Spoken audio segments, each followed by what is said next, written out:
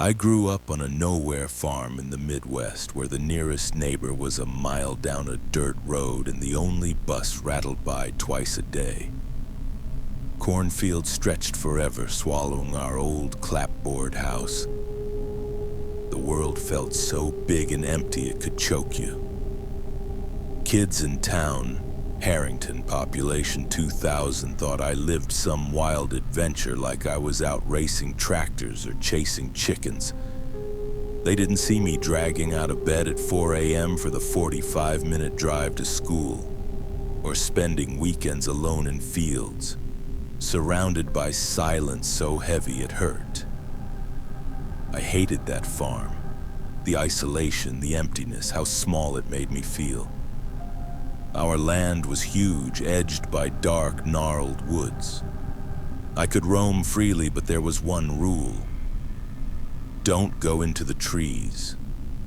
That's where our land ends, Charlie, Dad warned. Stay where we can see you. But when boredom's your only companion, rules start sounding like dares. By 8, I was restless. Chickens were chores, forts got old, and the woods pulled at me. At first, I lingered near the edge, heart pounding, watching shadows move. But the forest felt alive, whispering leaves, dancing light. I started going deeper, slipping out after breakfast, back before Mom noticed. One muggy July day, I decided to see how far the woods went. 15 minutes in, shirt clinging with sweat, I found a clearing, perfectly round, like someone had carved it out. The trees were different. Tall, thin cedars, the air felt heavier. In the center stood a figure, still as death, staring at me. I froze. Thought it was old man Hinchcliffe, the hermit farmer next door. People said he grew potatoes and kept to himself. I ducked behind a cedar, ready for him to yell, but he didn't move. Then I saw the poles on his back and how his legs vanished into the dirt. He wasn't a man. He was a scarecrow. I stayed hidden, heart pounding. We had scarecrows on our farm, ratty things made of burlap and Dad's old flannels. This was different. It wore a red plaid shirt, clean and crisp, and a straw hat tipped low. Its face, God, its face. It wasn't sacks or paint. It looked real, skin pale and taut, with a wide smile stitched across it, black thread pulling the lips into a grin that didn't reach its eyes. Those eyes, glassy, sewn on, but I swore they were watching me.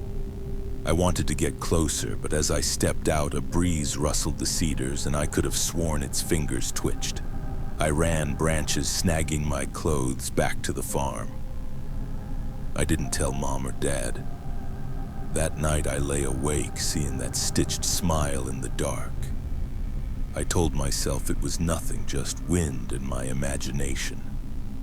But it felt like it had seen me. For days I tried to stay away, but I kept thinking about that scarecrow, how real it looked, how it didn't belong. What had Hinchcliffe made it out of? On the 4th day, I couldn't stand it. I went back, creeping through the woods to the clearing. From behind the same cedar, I studied it, waiting for something. Courage, maybe. Up close, it was even creepier. The face wasn't cloth or wood. It felt like skin when I brushed my fingers against it, cold and clammy. The smile was hand-sewn, each stitch precise, like it took hours. Poles were lashed to its back, and its ankles were buried deep, rooting it to the earth. I stood there, staring, half sure its chest rose just a fraction. I laughed it off, but my skin prickled. Something wasn't right. That scarecrow became my secret. I named him Peter, and the clearing became my escape. Every day that summer, I'd sneak out, sit by his buried ankles, and talk. I told him about school, how the town kids teased me for smelling like hay, how I wished I could live anywhere but here.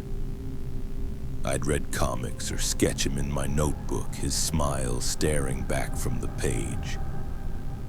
I knew he wasn't real, but he was mine. better than the empty farm or the kids who didn't get me. At first, I'd catch little things, a blink maybe, or his chest moving like he was breathing.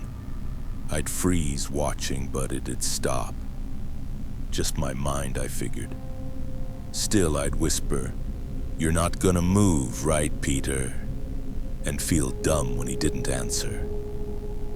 But the magic didn't last. After weeks of rain, Peter's skin sagged, gray and peeling. Birds perched on his hat, pecking at his face. He couldn't scare them off anymore. I'd sit there talking, but it wasn't the same. One day, late August, I found the clearing empty. Peter was gone, just the pole left, leaning crooked in the dirt. It hit me like a punch. I was 8 and I'd lost my best friend. I kept going back, hoping he'd return, but the clearing stayed bare. Fall came, then winter, and I stopped going. School kept me busy and Peter faded to a weird memory. The next summer I went back on a whim, not expecting anything, but there she was, a new Scarecrow standing where Peter had been. She wore denim overalls, a yellow shirt, and that same straw hat. Her face was like his, pale and too real with that stitched smile. I named her Clara. She was alive in a way Peter had been, her chest rising faintly, her eyes glinting when the light hit them. I was hooked again, spending every day with her, talking, drawing. But like Peter, she withered. Her skin cracked, her smile frayed, and by summer's end she was gone. It happened every year. A new Scarecrow would appear. Thomas, Eliza, Samuel, all different but the same. Old, young, men, women, always with that stitched smile and eyes that seemed to follow me. I'd name them, talk to them, and watch them decay. Each one felt like a friend, then a loss.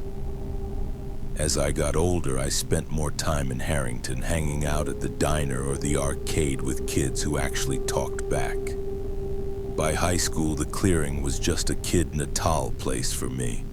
I started forgetting the scarecrows, chasing girls, and sneaking beers instead. College took me to Chicago, where I studied art, surrounded by people who weren't stuck in the middle of nowhere. The farm became a Christmas-only stop, a place I'd outgrown. Then 3 years ago, the pandemic hit. My roommates in Chicago bailed to their hometowns, and I couldn't face our apartment alone. So I came back to the farm, back to the fields and the silence. I wasn't planning to revisit the clearing, hadn't thought about it in years. But one night at dinner, Mom mentioned her new friend Linda, who'd bought Hinchcliffe's old place. The name hit me like a brick. "What happened to Hinchcliffe?" I asked, my voice tighter than I meant. Mom's face changed, like she was weighing her words. "Charlie, it was bad. Last year, his sister couldn't get a hold of him. Cops went to check on him, found him in the woods just past our trees, dead. Heart attack." She stopped, her eyes dropping to her plate. "But he wasn't alone." My stomach turned. "What do you mean?" "They found a woman with him," she said barely above a whisper. "Strapped to a pole, dressed up like a scarecrow. He'd been drugging her, keeping her paralyzed but awake. Her feet were planted in the ground to hold her up." I couldn't breathe. The room spun. "What?" I choked out. "They searched his land," Mom went on, her voice shaking. "Found 45 bodies buried. He'd been doing it for years. The woman, she survived, but barely. She can't talk now. He cut her mouth, stitched it into a smile." The words landed like a blade. Peter, Clara, Thomas, Eliza, Samuel, all of them. My friends, my sketches, the skin I'd touched, cold and real, the breathing I'd seen, the blinks I'd dismissed. They weren't scarecrows. They were people, alive, trapped, while I sat there, a dumb kid talking to them like they could hear me. I shoved back from the table, bile rising, and stumbled to my room. I didn't sleep. Their faces flashed behind my eyes, those stitched smiles, those glassy stares. I'd thought they were magic, they were suffering. But it got worse. A few days later, I was in town grabbing coffee at the diner when an old-timer at the counter, Hank, who'd known everybody forever, leaned over. "Heard you're back at the farm, Charlie," he said, his voice low like he was sharing a secret. "You ever see anything weird out there in Hinchcliffe's woods?" His eyes were sharp, like he knew something. I mumbled no, my hands shaking, and got out of there fast. But his words stuck, gnawing at me. Did people suspect? Had they seen me sneaking into the woods as a kid? Then there was the nightmare. It started after Mom's news, the same one I'd had at 8 after I first saw Peter. In it, I'm in the clearing, but the Scarecrow's smile splits open and it speaks, voice raspy. "You left me, Charlie." I'd wake up sweating, the words echoing. Back then, I chalked it up to kid fears. Now it felt like a warning. I couldn't stay away. I had to see the clearing again. I went at dusk. The sky bruised purple, the woods colder than I remembered. The cedars loomed, their branches clawing at the air. The clearing was overgrown, the circle barely visible, but the pole was still there, rusted and crooked. I stood where they'd stood, my breath catching. The air felt thick, like it was holding its breath. I whispered, "I'm sorry," to the emptiness, to Peter, to Clara, to all of them. I wanted to believe they'd heard me, that they knew I didn't know. But the silence pressed in, heavy with their ghosts. I found something else that week, tucked in the barn behind Dad's old tools. A scrap of paper yellowed in Hinchcliffe's spidery handwriting. Just a few words. They stay perfect in the ground. I burned it, hands trembling, but those words live in me now, like a curse. I don't tell Mom or Dad, I don't tell anyone. I paint instead dark canvases of figures in fields, mouths sewn shut, eyes that beg. The farm's quiet, but the clearing's louder, always there, screaming in my head. I carry them, every name, every smile, every summer I thought I was alone. I wasn't. They were with me, and I'll never be free.